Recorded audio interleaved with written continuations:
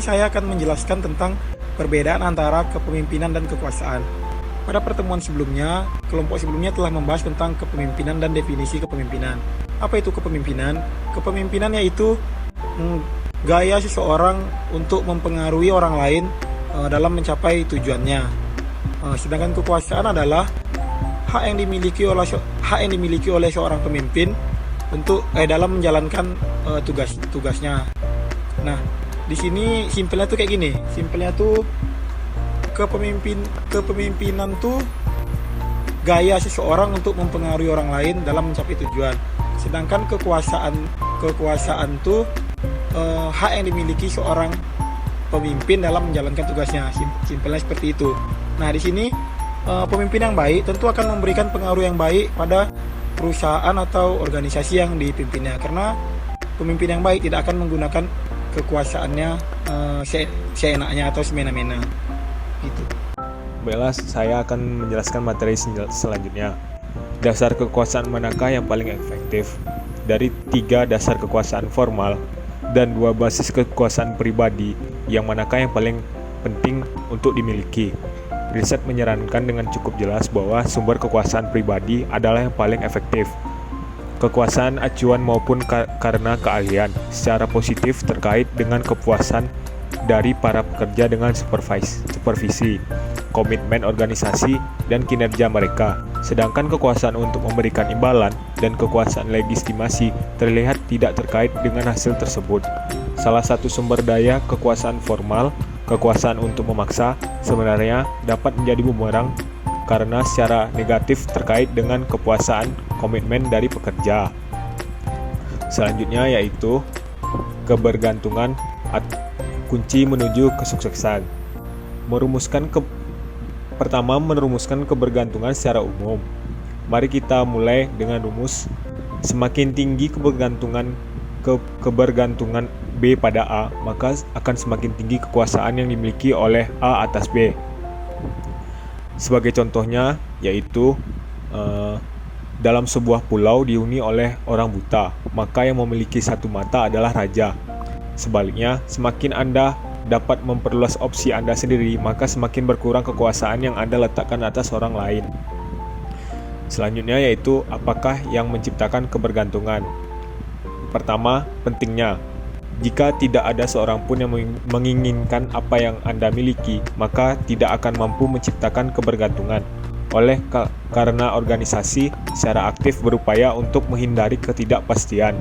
Kita mungkin berharap bahwa individu atau kelompok akan dapat menyerap ketidakpastian yang dipandang sebagai pengendalian sumber daya yang penting. Yang selanjutnya yaitu kelangkaan. Ferruccio Lamborghini adalah orang yang menciptakan mobil canggih yang sangat eksotis saat ini. Namanya telah menjadi merek mobil tersebut. Ia memahami pentingnya kelangkaan dan memanfaatkan bagi keunggulannya selama Perang Dunia Kedua. Kita mengamati kelangkaan hubungan kebergantungan dalam kategori kekuasaan jabatan, di mana penawaran harga kerja relatif rendah terhadap permintaan, sehingga para pekerja dapat melakukan negosiasi mengenai kompensasi dan paket manfaat yang jauh lebih menarik daripada melakukannya dalam jabatan dengan banyak sekali para kandidatnya. Yang ketiga yaitu tidak tergantikan. Semakin sedikit yang dapat menggantikan dengan layak suatu sumber daya, semakin besar pengendalian kekuasaan yang dia miliki oleh sumber daya tersebut. Pada universitas yang sangat menekankan fakultasnya untuk menerbitkan karya, semakin lebih bergerak individu fakultas tersebut, karena universitas pada umumnya menginginkan fakultas yang sangat tinggi publikasinya. Meskipun masa jabatan dapat mengubah hubungan ini dengan cara membatasi alternatif kepada departemen, para anggota fakultas dengan lebih sedikit atau tidak publikasi akan lebih sedikit bergerak dan tunduk pada pengaruh yang terbesar dari para superior mereka. Yang selanjutnya ada kekuasaan taktik. Apa yang kekuasaan taktik lakukan sehingga orang-orang menggunakannya untuk menerjemahkan kekuasaan yang mendasari dan tindakan-tindakan yang spesifik. Apa opsi yang mereka miliki sehingga mereka mampu mempengaruhi para bos mereka, para rekan kerja atau para pekerja. Dalam pembahasan ini kita akan melakukan tinjauan ulang atas opsi-opsi taktik yang terkenal kondisi yang terkenal dan kondisi-kondisi yang menjadikan salah satunya lebih efektif daripada yang lainnya. Riset mengidentifikasi 9 pengaruh taktik-taktik yang berbeda, yaitu yang pertama ada legitimasi, yang kedua ada bujukan yang rasional, yang ketiga ada daya tarik yang menjadi sumber inspirasi, yang keempat ada konsultasi, yang kelima ada pertukaran, yang keenam ada daya tarik pribadi, yang ketujuh ada menjilat, yang kedelapan tekanan, dan yang kesembilan ada koalisi. Setiap orang memiliki kekuasaan dan kemampuan yang berpolitik yang berbeda-beda, atau kemampuan mereka yang mempengaruhi orang lain untuk mendorong tujuan mereka sendiri.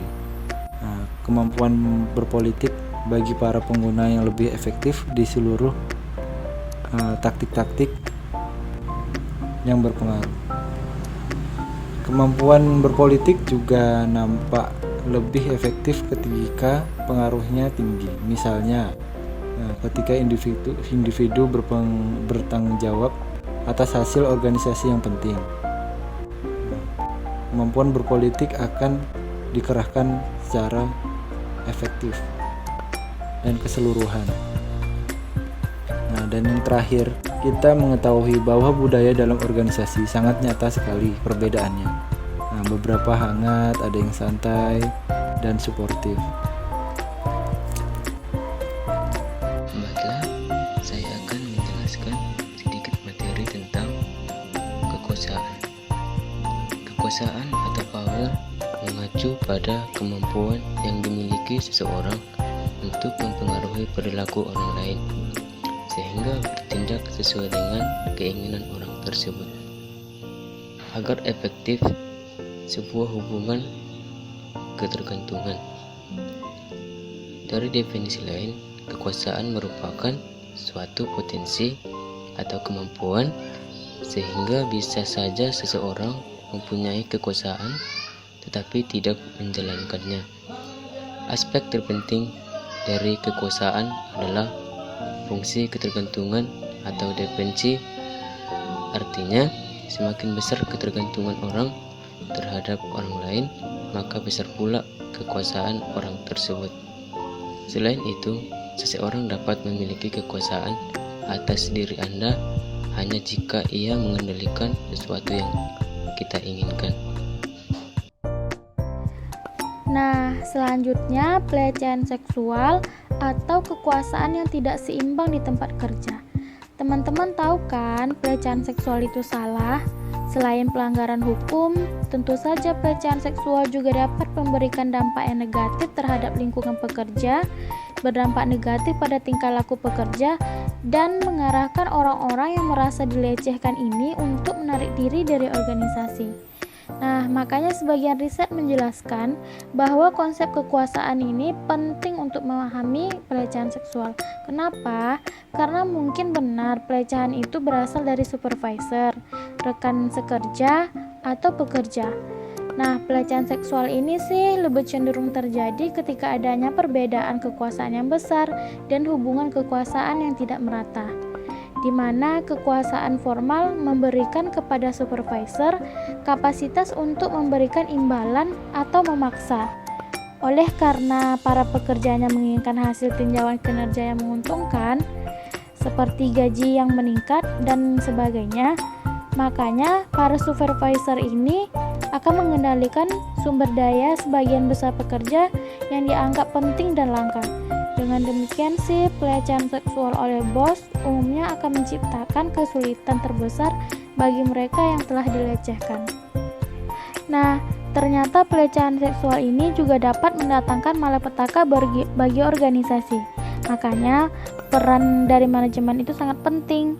Nah, di sini terdapat beberapa cara yang dilakukan oleh para manajer agar dapat melindungi diri mereka sendiri dan para pekerja dari pelecehan seksual. Yang pertama, memastikan suatu kebijakan itu aktif. Yang kedua, meyakinkan para pekerja untuk tidak takut menyampaikan keluhan. Yang ketiga, menginvestigasi seluruh keluhan. Yang keempat, memastikan para pelanggar diberikan kedisiplinan atau diberhentikan. Dan yang kelima, menetapkan seminar-seminar di perusahaan untuk meningkatkan kewaspadaan dari para pekerja atas persoalan pelecehan seksual.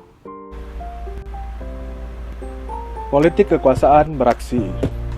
Ketika orang bersama-sama di dalam kelompok, maka kekuasaan akan dikerahkan. Orang-orang biasanya kan pengen untuk memiliki pengaruh, memperoleh imbalan, dan memajukan karir mereka.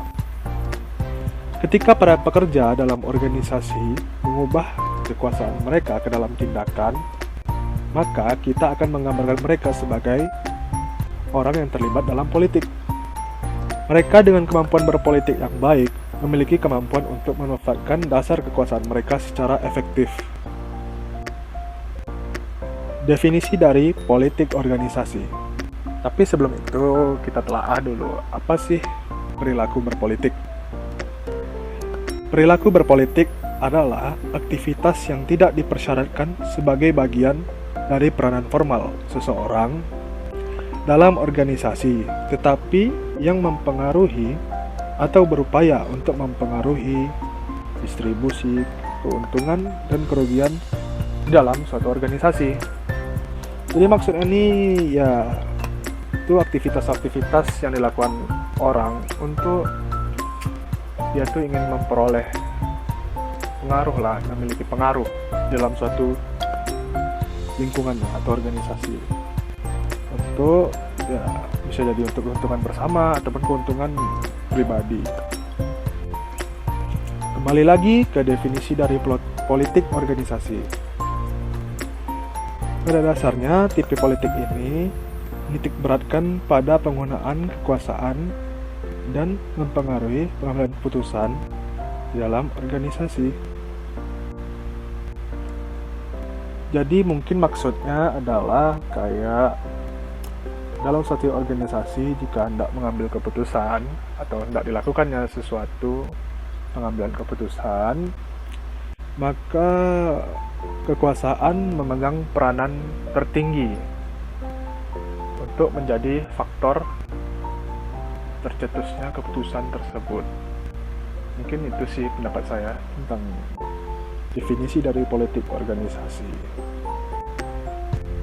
Oke, sekarang kita masuk ke dalam pembahasan penyebab dan konsekuensi dari perilaku politik. Nah, di dalam penyebab dan konsekuensi dari perilaku politik ini, ada faktor-faktor yang memberikan kontribusi bagi perilaku politik. Yang pertama ada faktor-faktor organisasi. Nah, jadi meskipun kita mengakui bahwa perbedaan peran individual dapat terjadi, bukti-bukti yang lebih kuat menunjukkan bahwa situasi-situasi dan budaya tertentu dapat mempromosikan politik. Secara spesifik, ketika sumber daya sebuah organisasi mengalami penurunan, ketika pola sumber daya yang ada berubah, dan ketika terdapat peluang untuk promosi, maka bermain politik akan lebih bermunculan. Lalu bagaimana orang-orang memberikan tanggapan terhadap politik organisasi? Dalam pembahasan awal bab ini mengenai faktor-faktor yang berkontribusi pada perilaku politik, kita menitik beratkan pada hasil yang menguntungkan. Tetapi bagi sebagian besar orang yang memiliki kemampuan berpolitik yang biasa saja atau yang tidak bersedia untuk berperan dalam permainan politik, hasilnya akan cenderung didominasi secara negatif.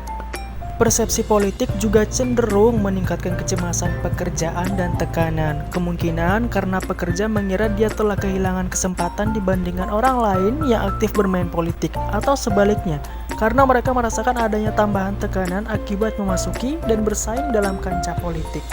Yang kedua, faktor-faktor individu. Nah, pada level individu, para peneliti telah mengidentifikasikan sifat-sifat kepribadian tertentu, kebutuhan, dan faktor-faktor lain yang biasanya berkaitan dengan perilaku politik. Dalam hal sifat, kita mendapati bahwa para pekerja yang memiliki pengawasan diri sendiri yang tinggi, memiliki tempat kendali secara internal, dan memiliki kebutuhan terhadap kekuasaan yang tinggi akan lebih cenderung untuk terlibat dalam perilaku politik. Yang ketiga yaitu manajemen kesan. Nah, jadi ada bukti yang mengindikasikan bahwa sebagian besar para pelamar pekerjaan menggunakan teknik manajemen kesan dalam wawancara dan berjalan dengan baik.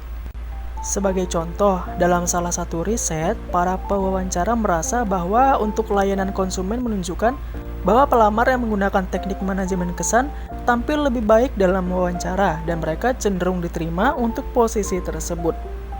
Lebih jauh lagi, ketika para peneliti mempertimbangkan mengenai daftar riwayat hidup para pelamar, mereka menyimpulkan bahwa teknik manajemen kesanlah yang mempengaruhi para pewawancara, yaitu tidak mempersoalkan apakah para pelamar memiliki kualifikasi yang bagus atau buruk. Jika mereka menggunakan teknik manajemen kesan, mereka akan berhasil dalam wawancara.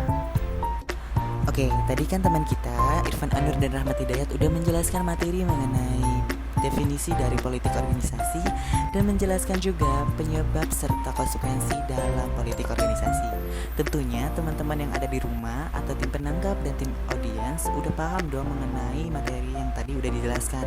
Nah, kalau kita udah paham, tentu nggak lengkap dong kalau kita tuh nggak membahas mengenai etika dalam perilaku berpolitik. Nah, di sini Rizky bakalan menjelaskan materi tersebut. Nah, apa sih itu etik? Etik adalah standar moral atas suatu perilaku baik atau buruk menurut norma masyarakat. Dan perilaku politik yang etis adalah suatu perilaku yang memiliki manfaat untuk individu dan organisasi. Sedangkan perilaku politik yang tidak etis adalah perilaku yang tidak memiliki manfaat untuk individu dan organisasi serta dapat melukai individu dan organisasi tersebut. Dalam etika perilaku berpolitik ada 3 kriteria. Yang pertama adalah prinsip utilitarianisme yang mengajarkan bahwa keputusan yang telah kita ambil haruslah memiliki manfaat yang besar untuk jumlah orang yang besar pula. Dengan kata lain, suatu pengambilan keputusan menekankan untuk efisiensi dan produktivitas organisasi, bukan untuk mengambil keuntungan sepihak.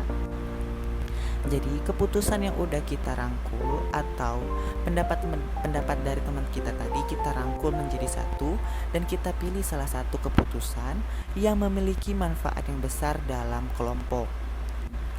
Tidak menitik beratkan keputusan yang tidak memiliki manfaat yang besar dalam kelompok. Nah, prinsip yang kedua yaitu adalah prinsip hak yang menekankan bahwa setiap individu mempunyai kebebasan untuk menyuarakan pendapat. Dan prinsip yang terakhir yaitu prinsip keadilan, mengisyaratkan individu untuk melakukan penegakan aturan-aturan yang adil dan tidak memiliki titik berat sebelah pada anggota kelompok dan pilih kasih untuk salah satu dari anggota kelompok. Yang tujuannya di sini kenapa harus ditegakkan prinsip keadilan, yaitu kita kalau udah menyuarakan pendapat dari masing-masing anggota, kita tuh harus benar-benar mendengarkan pendapat mereka. Mana sih pendapat yang positif, mana pendapat yang kurang, mana pendapat yang harus kita perbaiki lagi. Nah, dari pendapat-pendapat yang udah kita kumpulkan harus kita saring lagi dan tidak menitik beratkan pada pendapat yang tidak memiliki manfaat.